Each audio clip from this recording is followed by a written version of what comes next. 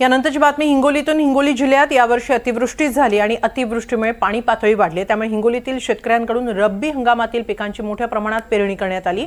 तर रब्बी हंगामातली पिकं सध्या बहरून आली आहेत। शेतकरी सध्या हरभरा पिकामध्ये कोळपणी, खुरपणी यासारख्या अंतर मशागतीची कामं करतायत। मात्र बदलत्या वातावरणामुळे हरभरा पिकावर मर रोगाचा प्रादुर्भाव दिसत असल्याने शेतकऱ्यांची चिंताही वाढली आहे। या सगळ्याचा आढावा घेतलाय आमचे प्रतिनिधी समाधान कांबळे यांनी।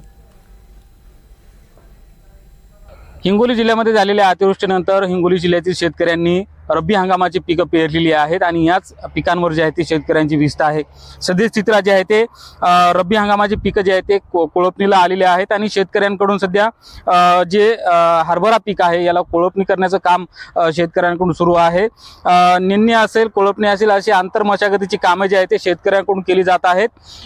मागील 4 ते 5 दिवसापासून जे आहे ते हिंगोली जिल्ह्यामध्ये ढगाळ वातावरण आहे, त्याचबरोबर थंडीचं देखील वातावरण निर्माण झालेलं आहे आणि त्यामुळे कुठेतरी या वातावरणामध्ये जे आहे ते गारवा निर्माण होतोय, तर कुठे धुळी पडत आहे, धुकं पडत असल्यामुळे या हरभरा पिकावर जे आहे ते मर रोगाचा प्रादुर्भाव दिसून येत आहे।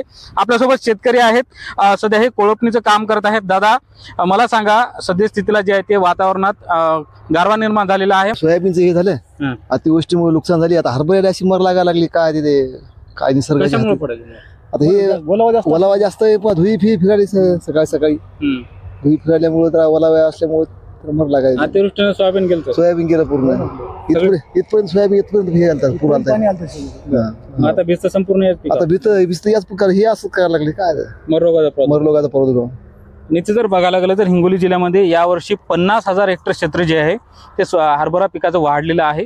मात्र या बदलत्या वातावरणाचा फटका जो तो त्या हरभरा पिकाला बसत आहे आणि हरभरा पिकावर जे आहे ते मर रोगाचा प्रादुर्भाव दिसून येत असल्याने शेतकऱ्यांमध्ये चिंता दिसू लागलेली आहे। समाधान कांबळे, NDTV मराठी, हिंगोली।